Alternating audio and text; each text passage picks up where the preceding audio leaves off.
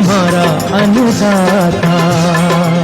पग पग पर है संग तुम्हारे अन्नदाता। लहू किसानों का बन के पसीना सींचता है धरती का सीना। मेहनत का तेरी हक दिलवाने, नई तकनीक नई खोज बताने। पशुधन को गुणवान बनाना, पौध सुरक्षा को सिखलाना, खेती के सब गुर समझाने, भारत का सरताज बनाने। आठों पहर है संग तुम्हारे अन्नदाता अन्नदाता। नमस्कार, मैं हूं आपके साथ विभा उपाध्याय और आप सभी दर्शकों का अन्नदाता कार्यक्रम में स्वागत करती हूं। हमारे देश का किसान जन का पोषक है, वो श्रम का देवता है, अन्नदाता है। उसमें ही भारत की आत्मा निवास करती है और ऐसे ही किसानों की प्रगति के लिए हम खेती बाड़ी से जुड़ी हुई बहुत सी नई लाभकारी जानकारियां हर रोज सुबह लेकर आते हैं। तो चलिए कार्यक्रम शुरू करने से पहले देखते हैं क्या है आज के अन्नदाता में। ड्रोन का उपयोग करना है किसानों के लिए लाभकारी।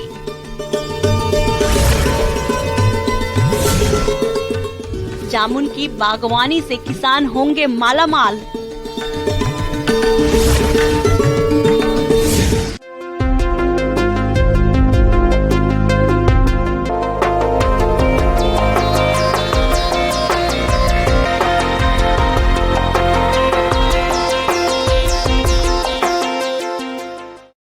किसान भाइयों, खेती बाड़ी के क्षेत्र में बदलाव साफ दिखने लगा है। जी हाँ, पहले जहां हाथों से कार्य किया जाता था, लेकिन अब मशीनीकरण का युग आ गया है, जिससे आसानी से खेती बाड़ी के कार्य हो जाते हैं। लेकिन मशीनीकरण में भी आधुनिकता बढ़ती ही जा रही है, जिसमें अब ड्रोन का इस्तेमाल होने लगा है। तो ये ड्रोन किसानों के लिए किस प्रकार से उपयोगी है, इस बारे में जानकारी दे रहे हैं राष्ट्रीय बीजीय मसाला अनुसंधान केंद्र तबीजी अजमेर के निदेशक डॉक्टर विनय भारद्वाज।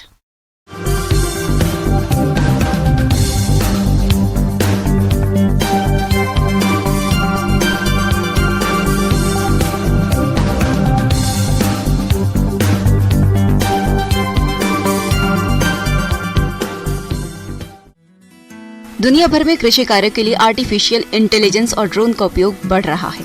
भारत में भी सरकार कृषि क्षेत्र में तकनीक के उपयोग को बढ़ावा दे रही है, ताकि बेहतर उपज के साथ साथ किसानों की आय में भी वृद्धि हो।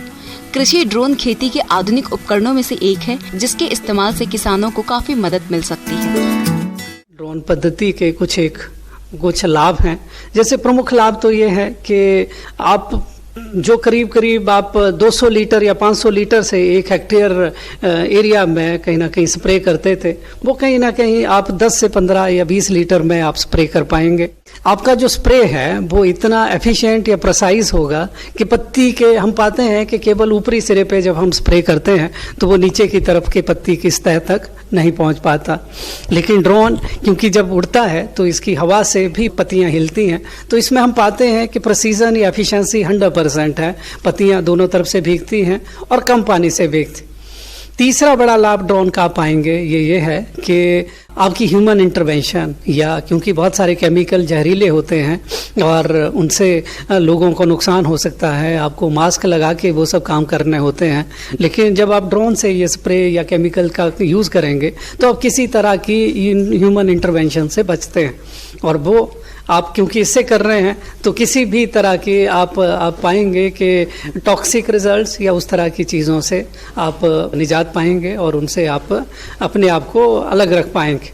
सबसे बड़ी बात कि जो काम आप 1 हेक्टेयर में करीब 8 या 10 घंटे में कर पाएंगे वो आप केवल 15 मिनट में कर पाएंगे, जो कि एक प्रिसीजन एग्रीकल्चर में बहुत ही इम्पोर्टेंट होता है।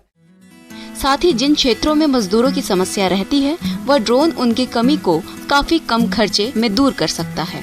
और इसका सबसे बड़ा फायदा ये होगा कि सही समय पर खेतों में कीट प्रबंधन किया जा सकेगा। ड्रोन कई प्रकार के सेंसर से लैस होता है। इसके लिए इसका खेती बाड़ी क्षेत्र में इस्तेमाल करने से कई फायदे हैं, जैसे यदि बड़े क्षेत्र में सिंचाई हो रही है तो ड्रोन की मदद से निगरानी में मदद मिल सकती है। उन क्षेत्रों में पहचान कर सकते हैं जो बहुत शुष्क है। इससे किसान को पूरे क्षेत्र में बेहतर सिंचाई में सहायता मिल सकती है। ड्रोन सर्वेक्षण से फसलों की जल ग्रहण क्षमता, जल रिसाव, फसलों में कीट और बीमारियों का प्रकोप, फसलों का डाटा रखने में सहायता, मृदा विश्लेषण सहित कई कार्यों में सहायता मिलती है। मल्टी स्पेक्ट्रल सेंसर बीज रोपण के पैटर्न, पूरे क्षेत्र की मिट्टी का विश्लेषण, सिंचाई और नाइट्रोजन स्तर के प्रबंधन के लिए उपयोगी डाटा को हासिल करने में मदद कर सकता है। और सटीक 3D मैपिंग से किसान अपने खेत की मिट्टी की स्थिति का अच्छी तरह से विश्लेषण कर सकते हैं। और ड्रोन चलाते समय कुछ बातें, जैसे मशीन का उपयोग तेज हवा चलने के दौरान नहीं करें। प्रशिक्षित युवा ही ड्रोन को चलाएं। ड्रोन का उपयोग DGCA के नियमों के अनुसार ही करें। ड्रोन को उड़ाते समय उसकी गति 8 मीटर प्रति सेकंड और जमीन से ऊंचाई लगभग 1 से 3 मीटर रखें। दवा का प्रयोग सही मात्रा में करें और उपयोग करने से पहले सभी यंत्रों जैसे नोजल, सेंसर आदि की जांच जरूर करें। किसान ड्रोन कार्यक्रम के तहत कृषि समूह बनाकर आसानी से खरीद सकते हैं। इसके लिए किसानों को भारत सरकार की DGCA संस्था से 7 दिन का प्रशिक्षण लेना होगा। इसमें किसानों को ड्रोन को सुचारू रूप से चलाने की सारी तकनीकियां, नियमों और सावधानियों के बारे में प्रशिक्षण दिया जाता है, जिसका कोर्स कर किसान आसानी से ड्रोन का उपयोग कर सकते हैं। तो सभी तरह से एक ये बिन बिन सिचुएशन है। अगर हम कम्युनिटी लेवल पे इस तरह की टेक्नोलॉजी को अपनाते हैं तो सभी के लिए ना केवल आपके रिसोर्सेज बचते हैं, आपकी एफिशिएंसीज बढ़ती हैं, केमिकल का यूज़ कम होता है, पानी की लागत कम होती है। तो हर तरह से ही ड्रोन विधि एक भिन्न भिन्न सिचुएशन फार्मर्स के लिए और सभी के लिए। Thank you. किसान भाइयों, अभी तक आपने खेती से जुड़ी हुई कुछ उपयोगी जानकारियां देखी। अब लेते हैं एक छोटा सा ब्रेक, जल्द लौटेंगे और कार्यक्रम में आगे भी है खेती बाड़ी से जुड़ी हुई महत्वपूर्ण जानकारियां, तो बने रहिए हमारे साथ।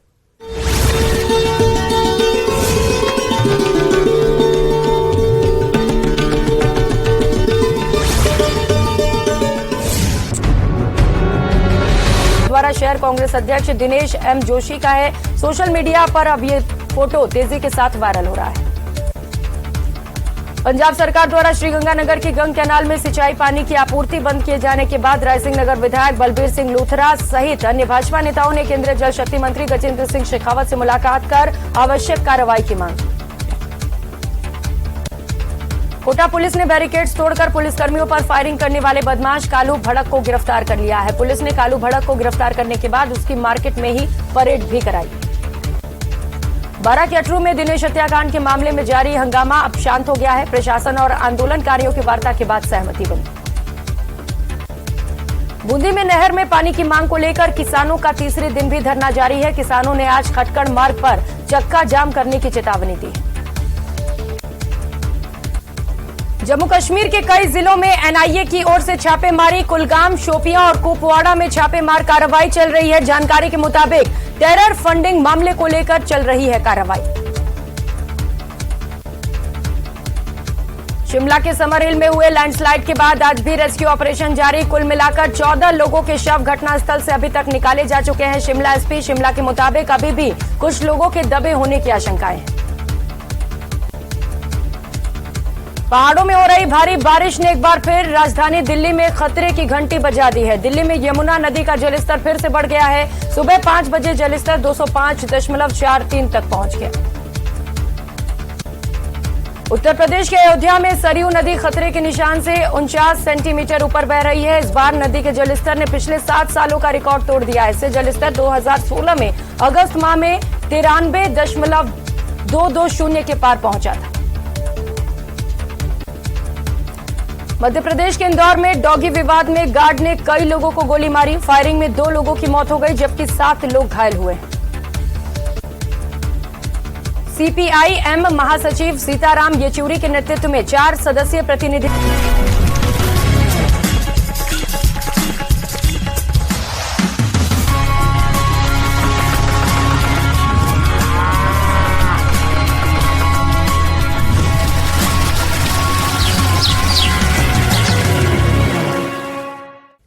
ब्रेक के बाद एक बार सभी दर्शकों का एक बार फिर से अन्नदाता में स्वागत है। चलिए रुक करते हैं अगली कड़ी की ओर।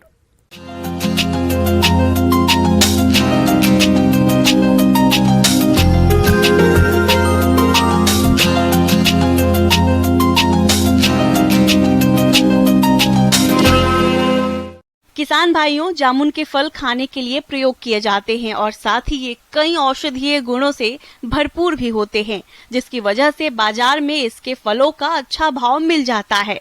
इसी बात को ध्यान में रखते हुए यदि आप भी जामुन के नए बाग लगाने जा रहे हैं तो पौधरोपण के समय आप कौन कौन सी बातों का ध्यान रखें, इसकी जानकारी दे रहे हैं विषय विशेषज्ञ डॉक्टर RK जायसवाल।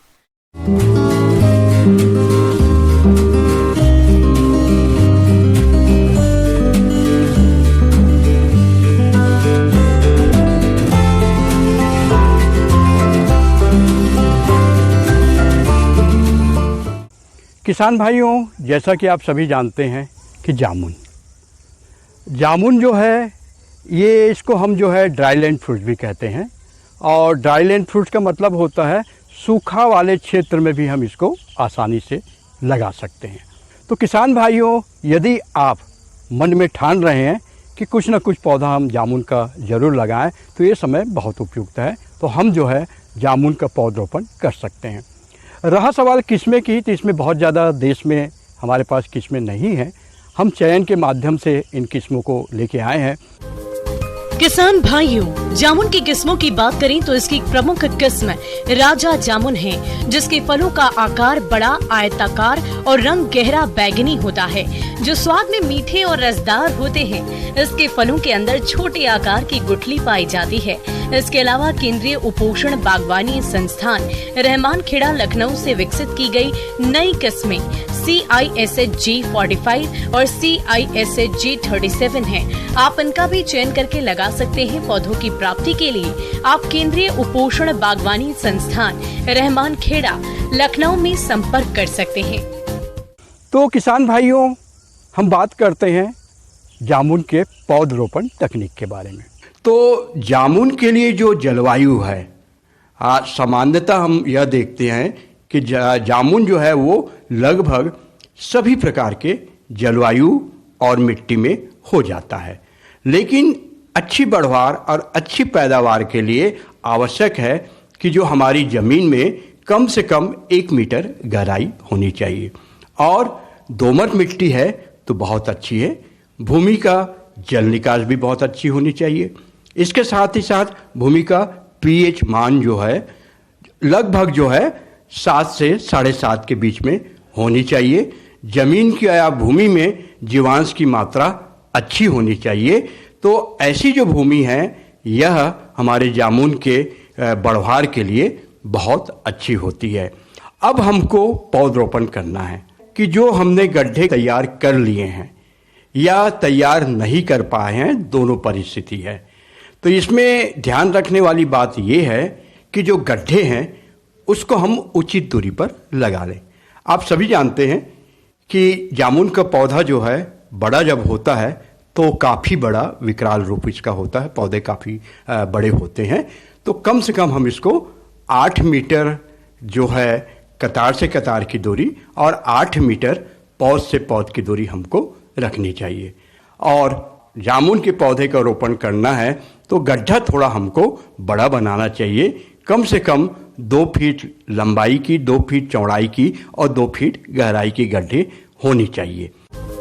किसान भाइयों, अब बात आती है खाद और उर्वरक प्रबंधन की। तो पौधे की रोपाई के समय 10 से 15 किलोग्राम अच्छी तरह से सड़ी हुई गोबर की खाद और मिट्टी को 1:3 के अनुपात में मिलाकर भरना चाहिए तथा रासायनिक उर्वरकों में 500 ग्राम नत्रजन, 600 ग्राम फास्फोरस, 300 ग्राम पोटाश प्रति पौधा देना चाहिए। किसान भाइयों, इसके साथ साथ कीट और रोग नियंत्रण के लिए कीटनाशी दवा क्लोरोपाइरिफास 50 ग्राम तथा फफूंदनाशी दवा कार्बोडाजिम 50 ग्राम को गड्ढा भराई के समय गड्ढे में मिला देना चाहिए। जामुन के पौधे सामान्यतः अभी कलमी पौधे हमको नहीं प्राप्त हो रहे हैं उतना ज़्यादा, लेकिन जो है बीजू पौधे जो हैं बहुत ज़्यादा हमको मिल जाते हैं। तो इस समय बहुत आवश्यक है कि हमको पौध का चयन जरूर कर लें। कई बार क्या होता है कि हम पौधे नर्सरी से लेके आते हैं तो ट्रांसपोर्टेशन में कई बार पॉलीथीन जो है खाली हो जाता है, पौधे अलग हो जाते हैं और हम जब घर में उतारते हैं तो पौधे सूखने लगते हैं। तो मैं यहाँ बताना चाहूँगा कि जो पौधे डैमेज हो गए हैं या ख़राब हो गए हैं या टूट गए हैं या पीले पड़ रहे हैं तो ऐसे पौधे का रोपण आप ना करें, क्योंकि हम जब आगे इसको ऐसे पौधे का रोपण करेंगे तो वो जगह हमारी खाली रह जाएगी। तो पहले ध्यान ये रखना है। दूसरी बात ये है कि कम से कम हम नर्सरी से या कहीं से लेके आते हैं तो 1 हफ्ते तक हमको अपने घर में पौधों को रखना चाहिए, जिससे जहाँ से लेके आए हैं वहाँ का तापमान और वातावरण और हम जहाँ पर लगा रहे हैं वो तापमान और वातावरण में थोड़ा बहुत अंतर होता है।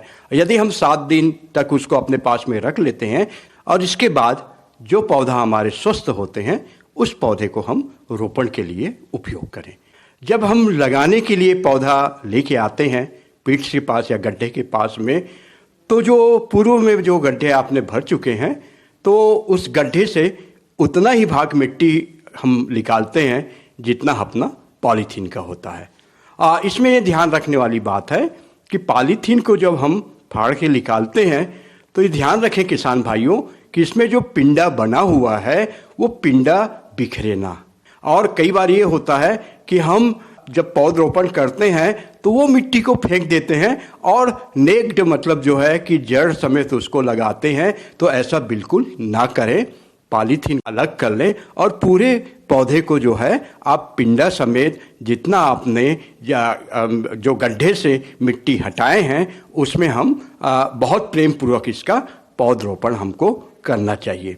और इसके बाद लगाने के बाद जो है पौधे को खड़ा रखना बहुत ज़रूरी है और उसके लिए बांस की डंडी लेकर या कोई अन्य आपको शाखा मिल जाता है डंडी के रूप में, और आजकल तो प्लास्टिक की भी डंडी आ गई है, तो आप किसी का भी प्रयोग करके जो है पौधे के पास उसको 6 इंच दूर गड़ाएं और उसको जो है सुतली के सहारे जो है या आपकी जो है कपड़े की धागे के सहारे जो है उसको अच्छे से बांध दें, हल्के बांधें, ज़्यादा कड़ा ना बांधें, ताकि जो है पौधा गिरे नहीं, ये ज़रूर ध्यान रखें और उसको एक सहारा मिल जाए। और यदि हमारा दिख रहा है मौसम धूप है, तेज़ है, तो प्रारंभिक अवस्था में एक बार हम जो है हजारा से उसमें पानी आवश्यक रूप से डाल दें। दूसरी बात ये है कि इस समय जो है वर्षा ऋतु का समय है तो जल निकास की व्यवस्था आप ज़रूर कर लें। जो हमारी जो उतार या चढ़ाव या आपकी स्लोप जो है उसके हिसाब से ही पौधरोपण करें। अगर इसके पौधे का आप रोपण कर देते हैं तो आने वाले समय के लिए एक अच्छा आपका आमदनी का स्रोत बन सकता है। धन्यवाद किसान भाइयों। आगे और भी हैं खेती बाड़ी से जुड़ी हुई बहुत सी रोचक जानकारियां, पर यहां रुकेंगे एक छोटे से ब्रेक के लिए, जल्द हाजिर होते हैं।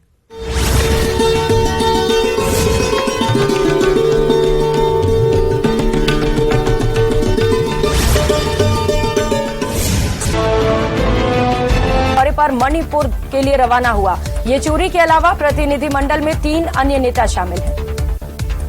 पूर्व राष्ट्रपति रामनाथ कोविंद आज सीकर पहुंचे। पूर्व राष्ट्रपति चार्टर विमान से तारपुरा हवाई पट्टी पहुंचे और यहां से सलासर के लिए सड़क मार्ग से रवाना हुए। बीजेपी का मिशन राजस्थान, दूसरे राज्यों के विधायक संभालेंगे मोर्चा। आज से विधायकों का जयपुर पहुंचना होगा शुरू। 1 सप्ताह तक विधानसभा क्षेत्रों में रहेंगे विधायक। केंद्र और राज्य स्तर पर सौंपेंगे रिपोर्ट। खाजूवाला में जन आंदोलन का आज लगातार 12वां दिन। भूख हड़ताल पर बैठे ग्रामीण। खाजूवाला और छतरगढ़ को यथावत बीकानेर में ही रखने की मांग। दौसा रेप केस में गिरी बसवा थाना पुलिस। आरोपी पुलिसकर्मी महेश गुर्जर फरार। मामले में बसवा थाना एसएचओ रामनिवास मीणा सस्पेंड। पीड़िता की शिकायत के बावजूद नहीं दर्ज किया था केस।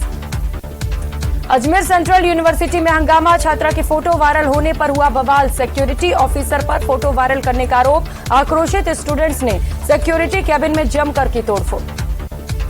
भरतपुर में रेलवे ठेकेदार पर अज्ञात बदमाशों ने किया हमला। गंभीर हालत में पहुंचाया गया अस्पताल। जमीन विवाद का बताया गया मामला। हनुमान बेनीवाल आज राजस्थान यूनिवर्सिटी आएंगे और धरने पर बैठे छात्रों से मुलाकात करेंगे। देर रात बेनीवाल ने जयपुर आवास पर बैठक ली और उसके बाद ये फैसला किया। बीकानेर से जैसलमेर के लिए निकले कांस्टेबल का शव रामसरोवर तालाब में मिला है। पुलिस ने शव को तालाब से बाहर निकाला। बीकानेर से 16 अगस्त को कांस्टेबल निकला था।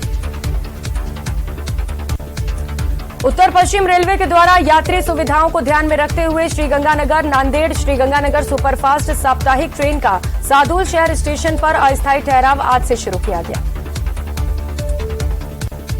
वन विभाग की बांसवाड़ा रेंज के दानपुर क्षेत्र के बारीपाड़ा में एक पैंथर पहाड़ी पर बनी एक झोपड़ी में जा घुसा। गृह स्वामी के पुत्र ने पैंथर को देखकर शोर मचाया। सूचना पर वन कर्मी पहुंचे और उसे ट्रैंकुलाइज किया।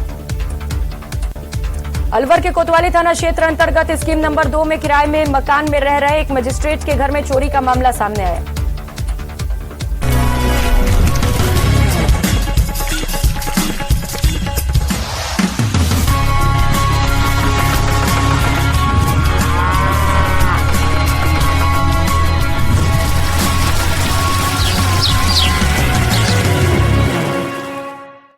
ब्रेक के बाद एक बार फिर से आप सभी दर्शकों का अन्नदाता कार्यक्रम में स्वागत है। बढ़ते हैं अपनी अगली प्रस्तुति की ओर।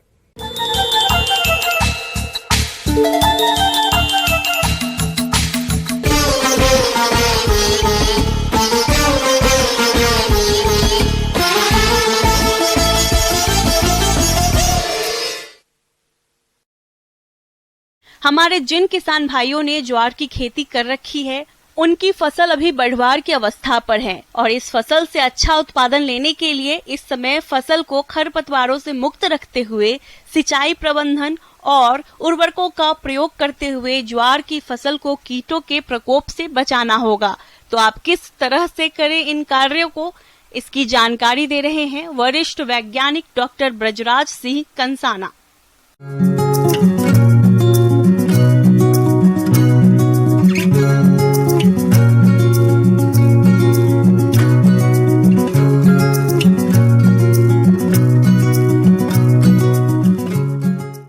ज्वार एक बहुत ही महत्वपूर्ण खाद्यान्न फसल है और वर्तमान में जब हम मिलेट ईयर 2023 मना रहे हैं पूरी दुनिया में, तो ज्वार की जो इम्पोर्टेंस है वो भी बढ़ जाती है।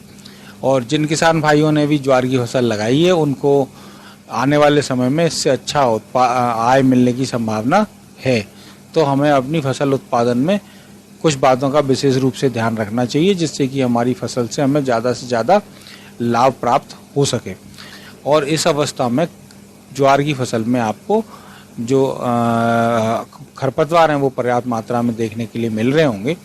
तो जिन भी किसान भाइयों ने ज्वार की फसल लगाई है और खरपतवारों की समस्या है, तो वो जो किसान भाई निदाई करने में सक्षम है वो निदाई करके या यांत्रिक विधि से व्हील हो या दूसरे जो यांत्रिक यंत्र उपलब्ध हैं उनका प्रयोग करके अपने खेत में जो खरपतवार हैं उनका नियंत्रण करें, जिससे कि हमारी फसल जो है वो अच्छे से टिलरिंग करे और बहुत अच्छा उत्पादन हमें प्रदान करे। किसान भाइयों, ज्वार की फसल से अधिक उत्पादन प्राप्त करने के लिए फसल की उचित बढ़वार का होना जरूरी होता है, लेकिन कभी कभी अधिक वर्षा होने से खेतों के अंदर पानी भर जाता है, जिसकी वजह से फसल की बढ़वार रुक जाती है और कई तरह के रोगों का प्रकोप भी होने लगता है। इसलिए आप सबसे पहले जल निकास की उचित व्यवस्था करें।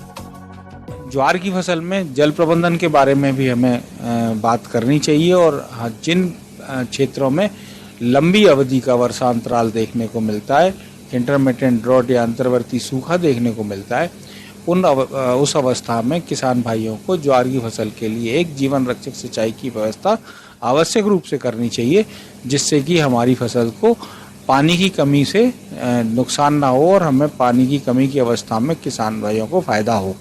फर्टिलाइजर की अगर हम पोषक तत्व प्रबंधन भी एक प्रमुख विषय है जिस पे हमें बात करना चाहिए। और पोषक तत्व प्रबंधन में हमने आधार खाद के रूप में किसान भाइयों ने डीएपी और यूरिया या दूसरे खाद जो भी उपलब्ध है उनसे नाइट्रोजन, फास्फोरस और पोटाश की आपूर्ति की होगी। इसके अतिरिक्त अभी जब और टिलरिंग हो रही है तो हमें अपने खेत में नाइट्रोजन की कमी नहीं होने देनी चाहिए और हमें कम से कम 100 किलोग्राम यूरिया प्रति हेक्टेयर की दर से अपने खेत में छिड़काव विधि से देना चाहिए। इसके बाद 15-20 दिन बाद अगर हम चाहें तो ये 100 किलोग्राम यूरिया प्रति हेक्टेयर के हिसाब से और भी द्वितीय जो टॉप ड्रेसिंग है उसके रूप में अपनी फसल में दे सकते हैं, जिससे फसल में अच्छी बढ़वार होगी और हमारी फसल में जो चारा है वो भी पर्याप्त मात्रा में मिलेगा और हमारा जो भट्टा है वो भी अच्छा बनेगा। तना छेदक इल्ली इस कीट की वयस्क मादा मक्खी पत्तों की निचली सतह पर 10 से लेकर 80 के गुच्छों में अंडे देती है, जिनसे 4 से 5 दिनों में इल्ली निकलकर पत्तों के गोब में प्रवेश करती है और तनों के अंदर सुरंग बनाकर फसल को नुकसान पहुंचाती है। इस कीट की पहचान पत्तों में बने छेदों से की जा सकती है, जो झलनियाँ गोब में प्रवेश के समय बनाती है। इस कीट के नियंत्रण के लिए पौधे जब 25 से 35 दिनों की अवस्था के हों, तब पत्तों के भोंगलों में कार्बोफ्यूरान 3% दानेदार कीटनाशक के साथ 5 से 6 दाने प्रति पौधे की मात्रा में डालें। लगभग 8 से 10 किलोग्राम कीटनाशक 1 हेक्टेयर के लिए पर्याप्त होता है। कुछ कीड़े बीमारियों के बारे में भी ध्यान रखने की आवश्यकता है। साधारणतः ज्वार की फसल में बहुत ज़्यादा कीड़े बीमारी देखने को नहीं मिलते, मगर फिर भी फल आने की अवस्था में कई बार इल्लियाँ देखने के लिए मिलती हैं और वो काफ़ी मात्रा में हमारा जो भुट्टा है या जो फल बन रहा है उसको नुकसान करता है। तो उस अवस्था में हमें अगर इल्ली देखने को मिलती है तो हमें इमावेक्टिन बेंजोएट दवा का प्रयोग अपने खेत में करना चाहिए और अगर आवश्यकता हो तो 8 से 10 दिन बाद इसको रिपीट स्प्रे भी अपन कर सकते हैं, जिससे इसका जो प्रभाव है कीड़े का उसको कम से कम किया जा सके। बीमारियां बहुत ज़्यादा इसमें देखने नहीं मिलती और थोड़ा बहुत अगर किसी पत्ते पे दिख भी रहा है तो वो जब तक अपने को आर्थिक रूप से नुकसान नहीं कर रहा तब तक उसमें किसी प्रकार का अतिरिक्त व्यय करने की आवश्यकता नहीं है। तो ये एक बहुत ही कम बीमारी और कीड़े वाली फसल है और इससे जो दाना मिलता है वो काफ़ी पौष्टिक है और हमारी जो डाइट में हमें इससे काफ़ी फ़ायदा देखने को मिलता है। तो इसलिए हमें ज्वार की फसल का उत्पादन बढ़ाना चाहिए और किसान भाइयों को इससे अधिक से अधिक लाभ प्राप्त करना चाहिए।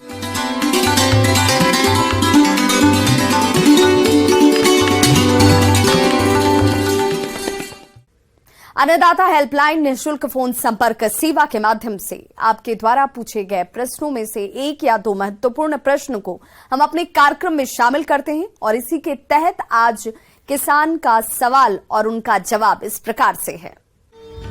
आज के अन्नदाता हेल्पलाइन में जिस प्रश्न को कार्यक्रम में शामिल किया गया है उसे पूछा है श्री माधोपुर जिला सीकर के किसान सोहन लाल ने। आप भैंस की मुर्रा नस्ल पर जानकारी चाहते हैं तो सोहन लाल जी आपकी जानकारी के लिए प्रस्तुत है कार्यक्रम का यह अंश।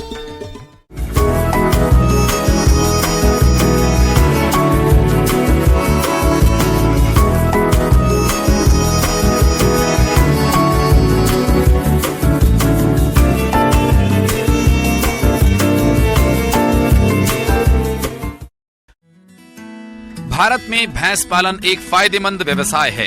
यह व्यवसाय न केवल भारत में दुग्ध आपूर्ति करता है बल्कि इसमें रोजगार की भी अपार संभावनाएं हैं। डेयरी व्यवसाय में आजकल ज्यादातर मुर्राह भैंसों का ही पालन किया जाता है और इसका पशुधन में सबसे ऊंचा स्थान है, जिस कारण इसे काला सोना कहा जाता है।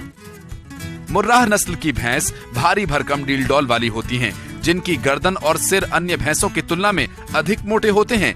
सींग कसकर मुड़े होते हैं। इनका काला रंग, पूंछ लंबी होती है। इनका पिछला हिस्सा चौड़ा और अगला हिस्सा सकरा होता है। मुर्राह नस्ल की भैंस की देखरेख करना काफी आसान भी होता है। इस नस्ल का स्वास्थ्य अन्य नस्लों की तुलना में बेहतर माना जाता है क्योंकि इन भैंसों की रोगों से लड़ने की क्षमता अधिक होती है। मुर्राह नस्ल की भैंस सबसे अधिक दुग्ध उत्पादन करने वाली भैंस होती है। अपनी कई खूबियों और किसानों के लिए आर्थिक रूप से फायदेमंद होने की वजह से ये भैंस आजकल डेयरी किसानों की पहली पसंद बनी हुई है।